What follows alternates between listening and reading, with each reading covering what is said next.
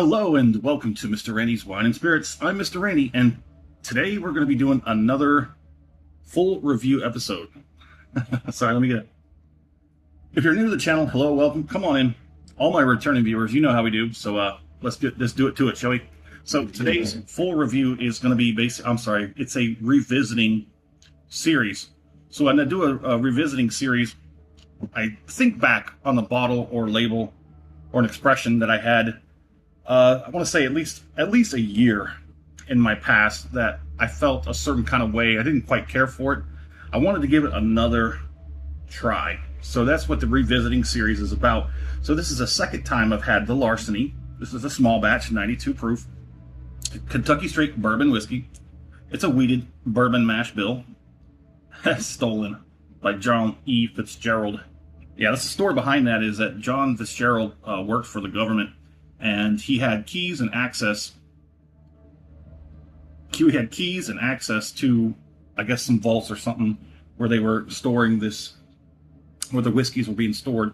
And he would, over time, stole considerable amounts, so much so that he became a legend. Cork bottle. Nice. Nondescript, but keepable, right? And I guess when he finally got caught, they felt that when he revealed his story, a little heavy-handed on that one. I wasn't watching what I was doing. There it is. But yeah, he got caught, and when he unveiled his whole story, yeah, they thought it was so interesting that they were like, you know what? Let's just honor him, I guess. But anywho, that's the way it goes sometimes. So the mash bill is 68% corn, 20% wheat, and 12% malted barley. So Old Fitzgerald now is owned by Heaven Hill. It was in 1800s. So that whole thing with John Fitzgerald happened in the 1800s. I didn't look further than that date. I got all this information directly from the website. And it's a 92 proof, which is 46% ABV. I paid $37.88 out the... Actually, no. Yeah, it was $37.88 out the door from my local Texas Cheers liquor. Let's go ahead and break out Mr. Randy's handy dandy whiskey color scale, and off camera, I'm going to try and nail this down. Oh, this one's gonna be a bit of a pain, isn't it? Yeah. I need an updated color chart. I would say it's somewhere between. I know it doesn't really. It looks different off camera to me, but I'm going to nail it. We'll put it in as a copper. How about that? That sounds fair enough, right? I know it kind of looks like a burnt amber, but it also kind of looks like a auburn. But we're moving on. On the nose. It's not bad for a wheated bourbon. I have changed my mind. I'll go ahead and burst that bubble right away. I have changed my mind. It's not as... I don't know, aggressively unlikable as I remember it to be. I do like it, but before we get any further, I do a 3-part series to my review program. Part 1, episode 1, off the rip, get it home, crack it open, have my first pour, share my first impressions with you because that's what I do. I apologize. Someone had said something and asked me to slow down. It will take time. I will get used to it and slowly adjust. So my 3-part series, part 1, off the rip, get it home, crack it open, have my first pour, share my first impressions with you because that's how I do it. Part 2 is the full review process. You drink it down halfway, put the cork in it, put it on the shelf, let it sit for 1.5 weeks. We drop down from 2 weeks. While it sits on the shelf and opens up, off gases, and does its thing, I'm going to go online, find out as much as I can, somewhat of an interesting story, and come back, we'll talk about it, I'll score it, then I will continue to drink it down, because part 3, final pour, thusly named, will have the final pour in the glass, compare it to the first pour off the rip, and everything in between. I hope that was slow enough. I know some of you that was too damn slow, you need to speed back up. It's okay. I'll find a good medium, how about that? On the nose, I'm getting that light, that diet cherry cola and aspartame bubblegum. What was the one I got the other day? It actually was spot on for cherry flavored bubblegum. Let's get on the palate.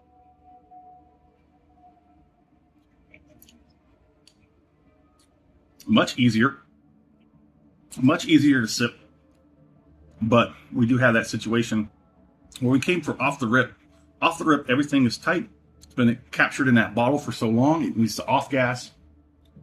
It only be a 92 proof or 46% ABV. That it's not going to be able. It doesn't need a whole lot of time or space to start really opening up and loosening up a bit. So we got down here. It is loosened up much more. I'm sitting here watching I don't know if y'all caught that, but you'll see like the little drips. That's going to slowly walk it down. Anyway, where was I? Oh yes. So my thoughts on this are this second half of the bottle is probably it's gonna slope down a lot faster. Let's get this second one. That first one was the acclimation palating. Just to sort of get to flash it over, let it settle. Now we're good to go.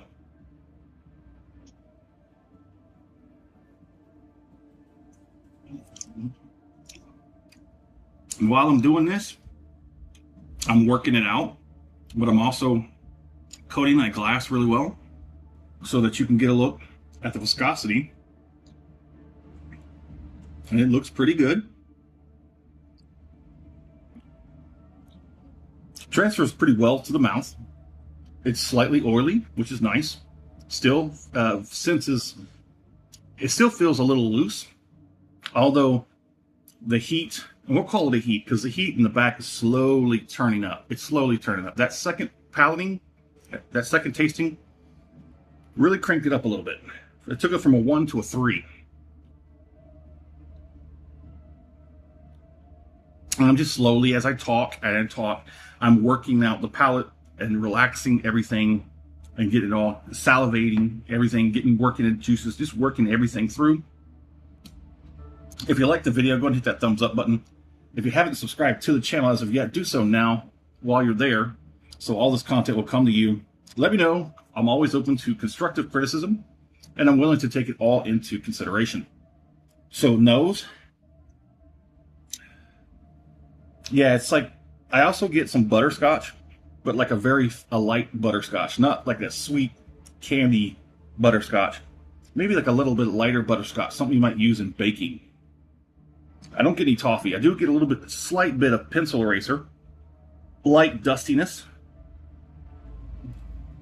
On the palate, I get like a buttery caramel, slight bit of honey.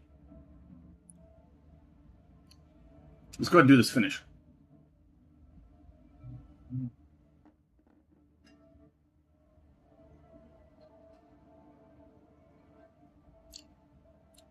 So when I do my finish, I do a Kentucky Chew.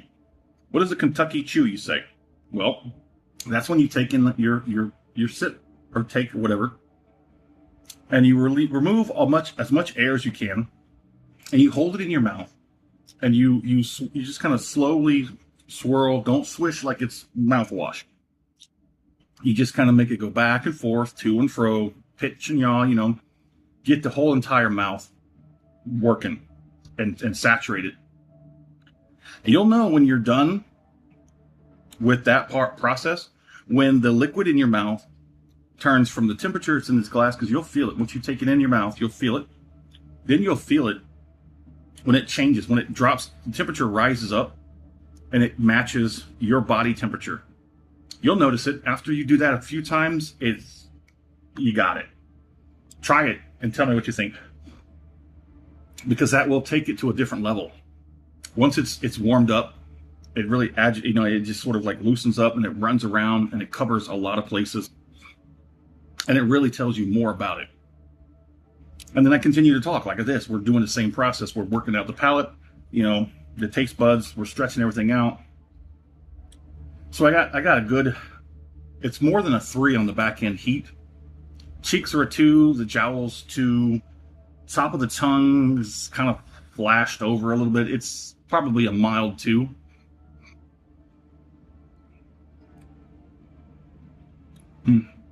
So the finish is actually pretty nice. This has been a better experience from what I do remember. I went back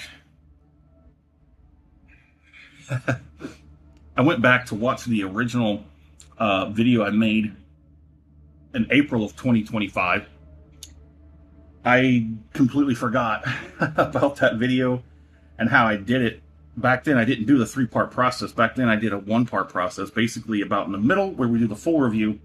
I didn't do the beginning or the end, and I figured that someone had mentioned that, and I started thinking about all kinds of different processes to figure certain things out, questions that I had, questions that other people had for me, and we just kind of started experimenting.